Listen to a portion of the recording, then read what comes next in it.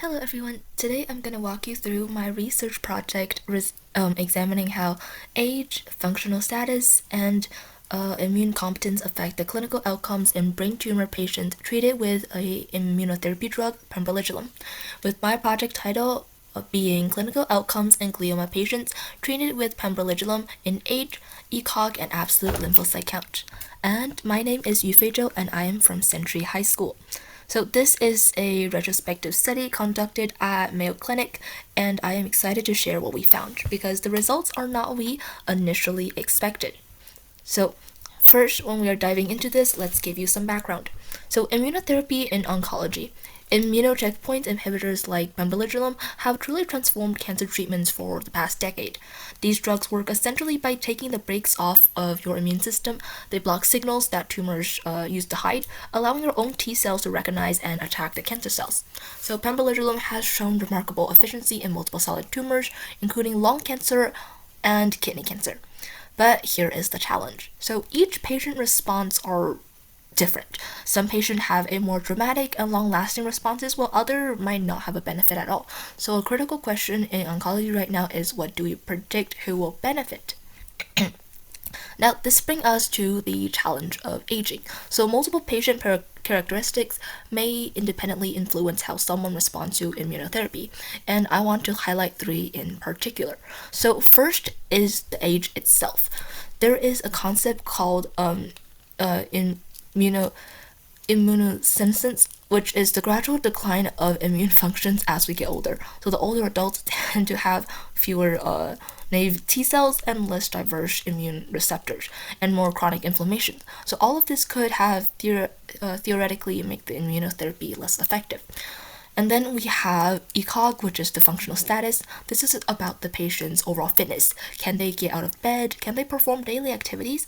A patient's baseline functional reserve affects their ability to tolerate treatments. Reserve affects their ability and their overall how they are able to recover from the side effects. And the last one is ALC, which is absolute lymphocyte count. So this is a more direct measures, a actual counts of immune cells in the blood. And if you start treatment with a low lymphocyte counts, you might not have enough immune soldiers to mount a response. Alright, now with all of the background, we are going on to the research question and hypothesis. So my research question is, how do age, baseline ECOG performance status, and ALC can all independently affect the overall survival in central nervous system tumor patients treated with pembrolizumab or their clinical outcomes? Now for the hypothesis. So the central nervous system tumor patients receiving pembrolizumab will demonstrate improved clinical outcomes compared to the older patients. Specifically, younger patients are expected to experience more favorable ECOG performance status, higher ALC, and longer overall survival following treatments. While age-related immunosenescence may contribute to poor functioning immune and survival outcomes in older patients.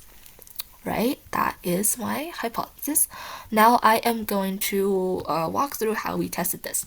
So we designed a retrospective cohort study. This means that I looked back at the existing patient records. We included 90 patients receiving with the various central nervous system tumors who received pembrolizumab between the year 2018 to 2025.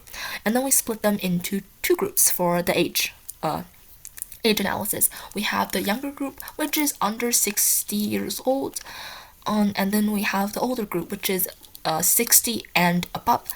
Now, here is an important detail. Among these 90 patients, 41 had glioblastoma or GBM, which is the most aggressive and common type of primary brain cancer.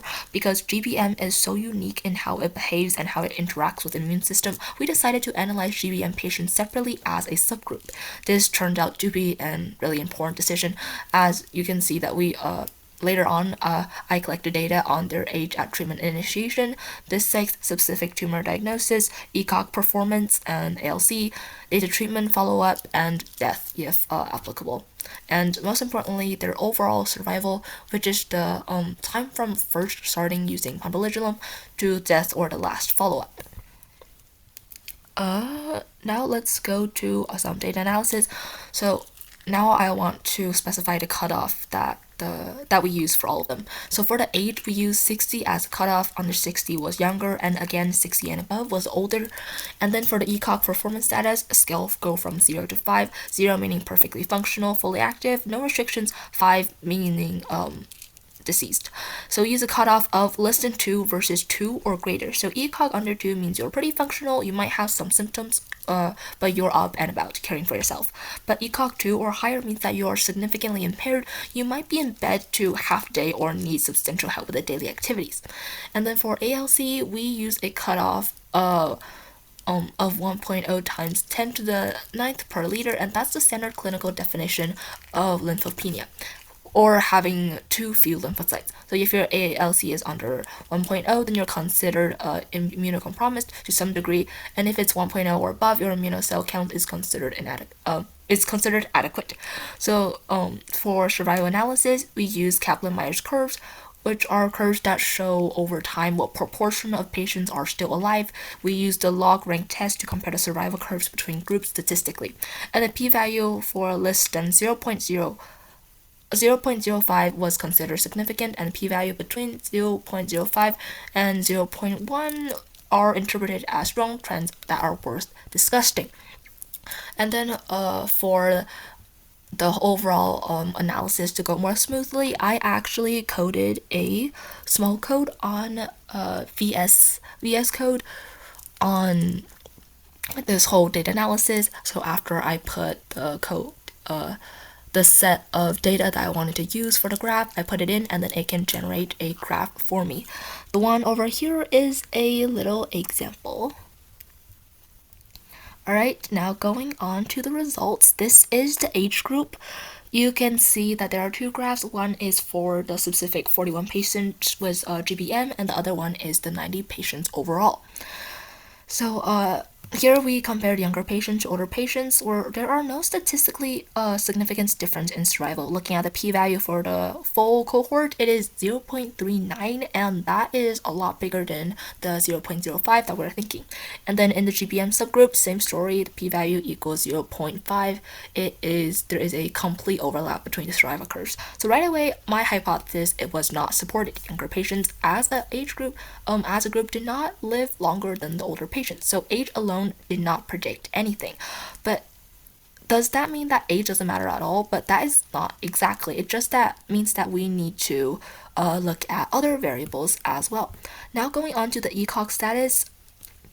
So ECOG functional status under 2 versus ECOG 2 or above. In the full cohort, the p-value was 0.063. So now statistically, we usually require a p-value of less than 0.05 to call something significant.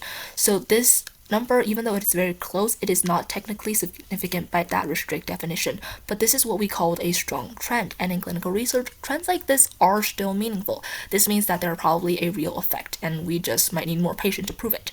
And then in the GBM subgroup, the trend got stronger, and then its p-value equals 0.057, meaning that it's very close to significance, just a little tiny bit away. So this would tell us is that patients who started treatments in the better functioning condition tended to live longer. Alright, now going on to our last covariable. This one is the ALC. So in the full group of 90 patients, those with the ALC 1.0 or above, meaning no lymphopenia, lived significantly longer. With those with low ALC, the p-value was 0.02, which is a lot below our 0.05 threshold. So this is important. It tells that if you start treatment with a healthy number of immune cells, you're likely to do better on immunotherapy. So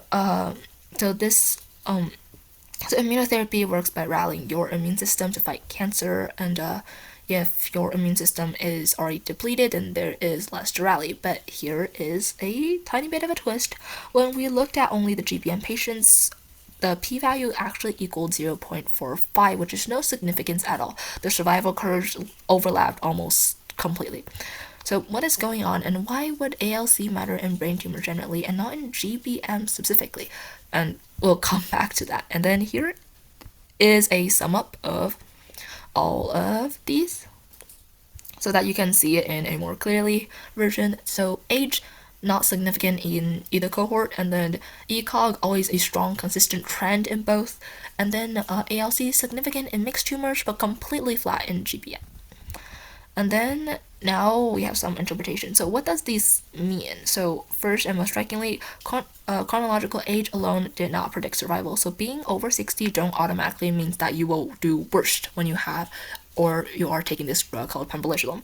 The challenge, the most common assumption that older patients shouldn't get immunotherapy or won't benefit from it, so is not true, because age is just a number and what comes with aging is that matters.